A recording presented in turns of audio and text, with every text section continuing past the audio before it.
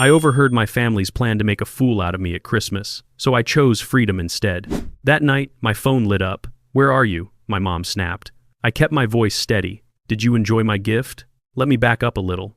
I used to believe Christmas was about warmth, laughter, and family. This past December, I found out my own family was planning to publicly embarrass me and basically erase me from their life, all wrapped up in what they called love.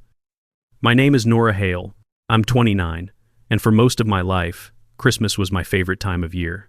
I grew up in the kind of house people slow down to stare at. The Hales of Westport, Connecticut were known for three things: old money, impressive resumes, and perfectly curated parties. My dad, Richard, ran a successful financial firm. My mom, Lydia, came from a wealthy family and collected charity board positions the way some people collect mugs. Then there were my siblings. My brother Liam, 33, followed dad into finance without missing a beat.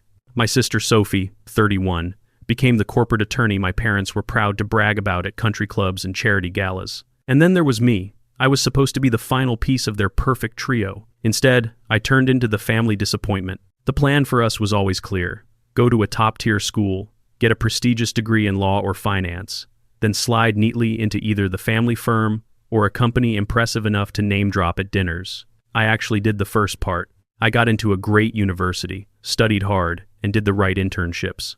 Then, in my sophomore year, I took one metalsmithing class as an elective, and everything shifted. Standing over a workbench, torch in hand, bending metal and setting stones. For the first time in my life, I felt awake. I wasn't just reading slides or pretending to care about case studies. I was creating something that existed because I imagined it. By senior year, instead of prepping law school applications, I was selling handmade jewelry at campus markets and online. My family's reaction was immediate and brutal. My dad didn't speak to me for 4 months.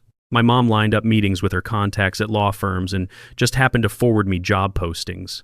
Liam and Sophie rotated between awkward silence and comments like, "You're too smart to waste your talent on bracelets."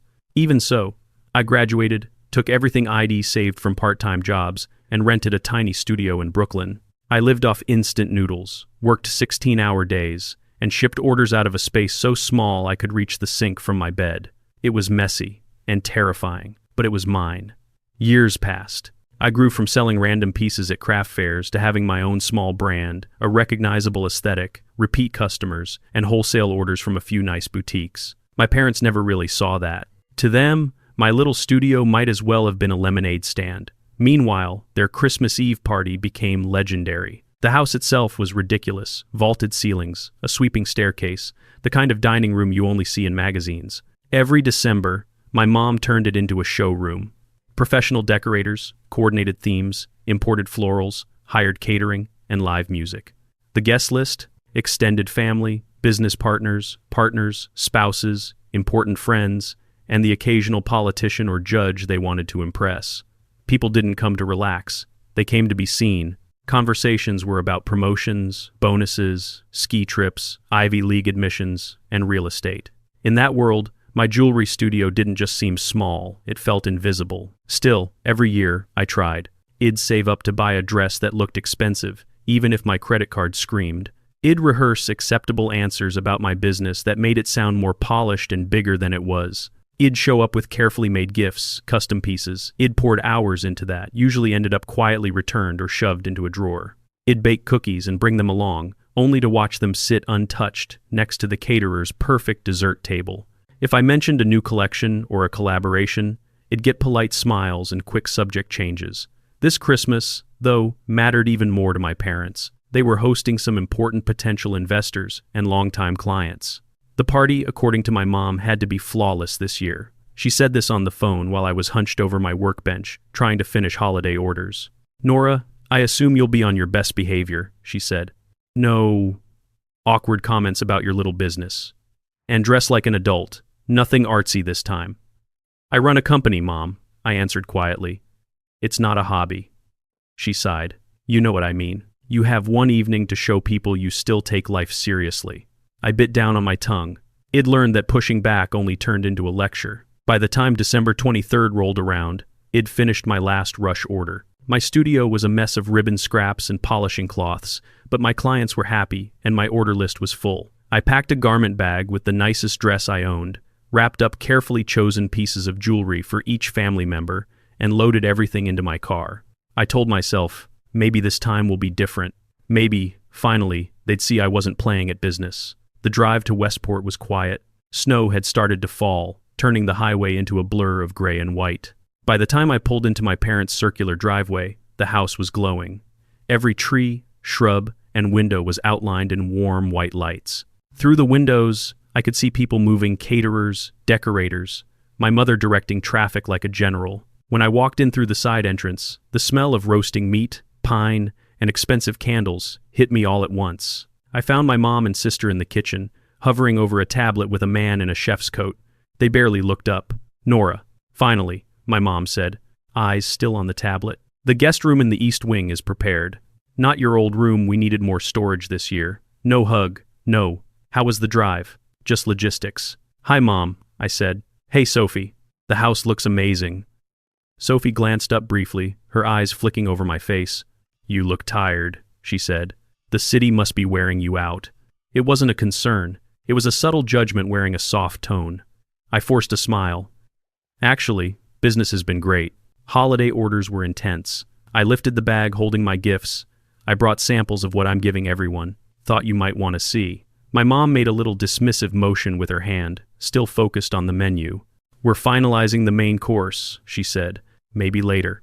The caterer needs our attention right now." The chef, tall, with a trimmed beard and kind eyes, shot me a quick, sympathetic look. "I'll just take my stuff upstairs," I muttered. Neither of them replied.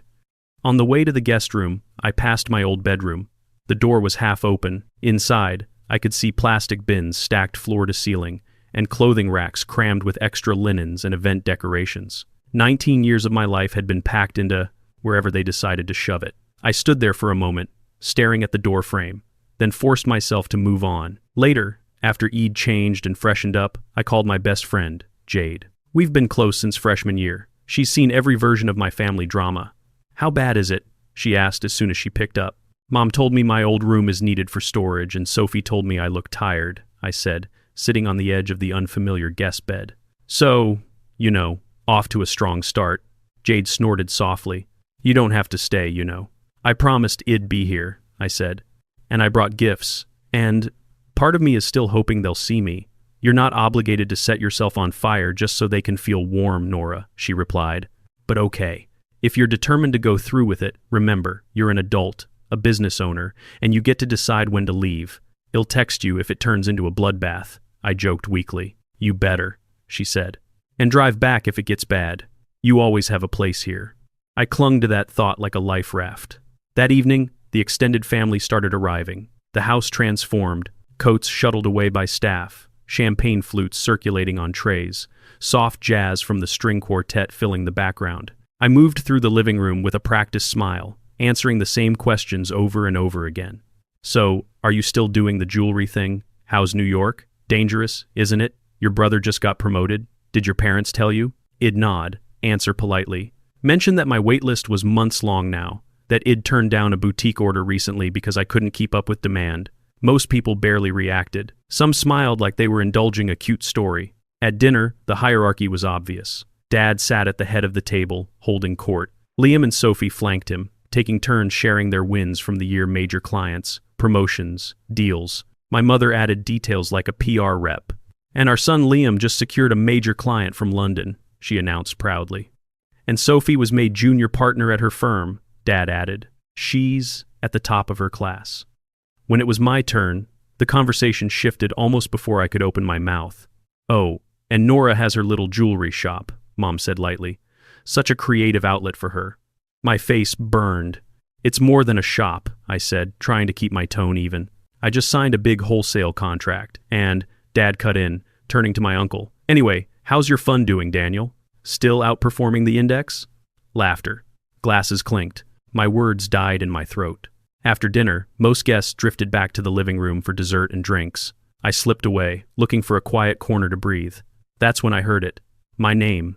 My dad's voice. My mom's. Sophie's. Uncle Daniel's. I froze outside the small sitting room near Dad's office. The door was almost closed, but not quite. Dad sounded serious, the way he did in business meetings. She needs to understand this jewelry thing is not sustainable, he said. We've been too lenient. My hand hovered over the doorknob, and that, another male voice said, Uncle Daniel, is why I suggested an intervention. A structured conversation. You can frame it as concern for her future. My heart started pounding. It's the perfect time, my mom said. Everyone we care about will be here. She can't storm out without creating a scene. Richard can speak as a father and a respected professional. That's right, Daniel agreed. As a financial advisor, I can provide actual numbers. Based on her income and the cost of living, she's barely scraping by. Once she sees the math, she'll realize she's playing at business. Sophie chimed in, and we can present her with a solution. An offer to join Dad's firm in a junior role, plus maybe a small trust. We frame it as us rescuing her before it's too late. My stomach turned. You really think this is necessary? Someone asked quietly. I do, my mother replied. We can't keep letting her embarrass herself. And us. Ethan and Sophie, she corrected. Liam and Sophie are thriving. Meanwhile, when people ask what Nora does, we have to say she sells trinkets at fairs. I bit my lips so hard I tasted blood. Trinkets. They still pictured me behind a folding table, even though I'd been supplying high-end boutiques for a year. What if she refuses? Uncle Daniel asked. There was a pause. Then we make it clear that our financial support ends completely, my dad said. I almost burst out laughing right there. What financial support?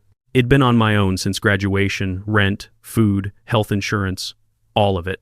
They hadn't asked about my life in years. And while she's at dinner, my mom added, the staff will clear out her childhood bedroom completely. Cousin Erica needs the space, and it's time Nora stopped pretending she has one foot here. She wants independence? Fine. No more room, no more storage, no more safety net. My vision blurred.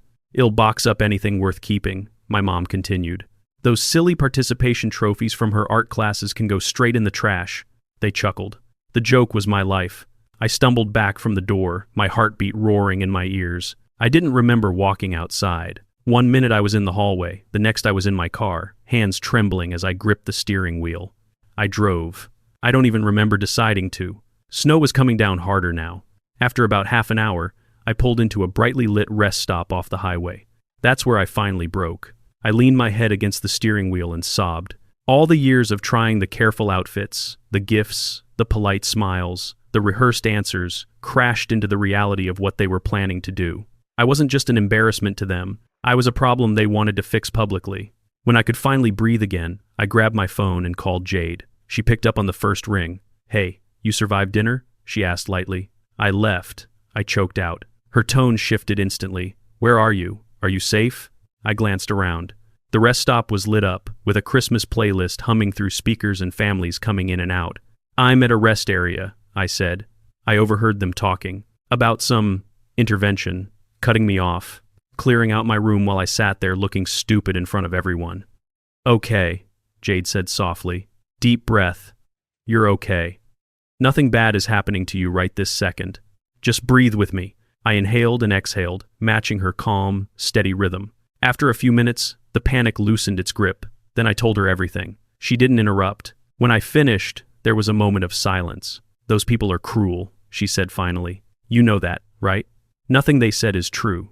Your business is real. It's growing. You are talented and disciplined. They're just too stuck in their narrow version of success to see it. What if they're right? I whispered. Old doubts crawled back up my spine. What if I'm just pretending to run a business while everyone else has real careers? Nora, she said sharply. You turned away wholesale orders last month because you were at capacity. You have a wait list for custom commissions. You paid your taxes early. None of this screams pretend. I laughed wetly. But they're my parents, I said. Isn't family supposed to care, support you, not humiliate you? In a healthy world, yes. Family should be about love, support, and respect, she said. But biologically related doesn't automatically mean emotionally safe. Then what do I do? You stop letting them be the judges of your worth, Jade said simply. You stop walking into situations where you know they're going to hurt you. And tomorrow, you talk to your therapist before you do anything else. I checked into a cheap roadside motel that night instead of driving back to Brooklyn in that state. I barely slept.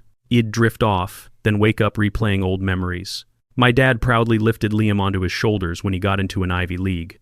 My mom was crying happy tears when Sophie passed the bar. Their quick nods when I showed them my first online shop, followed by, So, when are you applying to grad school?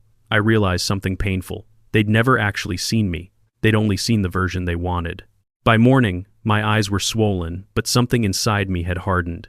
Back in my tiny room, I pulled out my laptop and booked an emergency virtual session with my therapist, Dr. Lang. When she appeared on the screen, I didn't bother pretending I was okay. I told her everything: the party, the intervention plan, the threats, the emptying of my room. So my options are: show up and let them break me in front of a room full of people, or don't show up and be labeled ungrateful and dramatic for the rest of my life.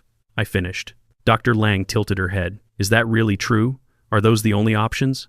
That's how it feels, I admitted. If I don't go, you'll be the villain in their version of the story.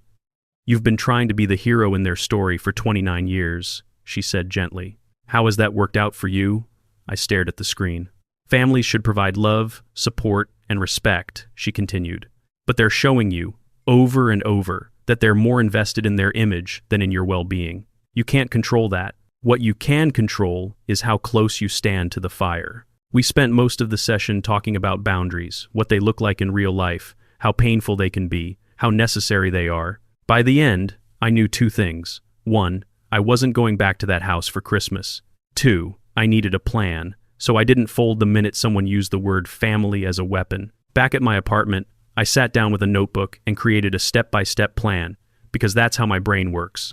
Step 1, let myself grieve. Let myself feel the loss of the fantasy family I wished I had. Step 2, make the business decision it'd been putting off, saying yes to a brand partnership it'd been offered by a company called Sterling & Sage.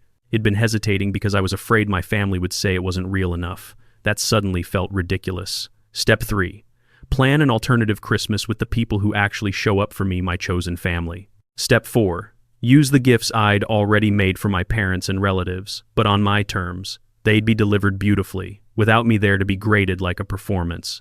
Step 5, set hard boundaries for any future contact, and protect what little of my history was still sitting in that house. I wrote a detailed letter to my parents, explaining exactly what I'd overheard and exactly how it made me feel. I told them I wouldn't be attending Christmas. I also listed specific sentimental items from my childhood, room sketchbooks, photo albums, early jewelry tools, and made it clear that if they threw those away, that choice would be on their conscience, not mine. I sent the letter through their lawyer, certified, because I knew how my parents worked. Nothing was ever acknowledged unless it came with paperwork. Then I called Jade. I'm not going back, I said. But I can't spend Christmas alone on my couch eating grocery store cookies. Jade didn't even hesitate. My parents' cabin in the Catskills is free, she said. We rarely use it over the holidays because they go to Florida. It has a big stone fireplace, too many bedrooms, and way too many blankets. You'll love it. We decided to turn it into something Jade jokingly called Freedom Christmas. I reached out to the people who'd quietly become my real support system. Felix, the first boutique owner who took a risk on my work. Harper, a fellow maker who shared studio space with me during my second year. Lucas, Jade's husband, who had built my market displays and helped me with my website. A couple of close friends, Zach and Miles, who knew bits and pieces of my family situation. Every single one of them said yes. Around the same time, the executive from Sterling & Sage replied to my email confirming the partnership. We scheduled a meeting for early January to talk about designs and production timelines. For my relatives' gifts, I hired a premium gift delivery service that specialized in high-end, personalized packaging. The owner loved my story and promised to hand-deliver each wrapped piece to my parents' front door on Christmas Eve, exactly when I was supposed to have been there. 3 days before Christmas, my parents' lawyer responded to my letter with a cold, 2-paragraph note. If I wanted to retrieve personal items, I could make an appointment with the household staff after the holidays. No mention of what they'd planned. No apology. Just procedure. It hurt. It also confirmed that I wasn't overreacting.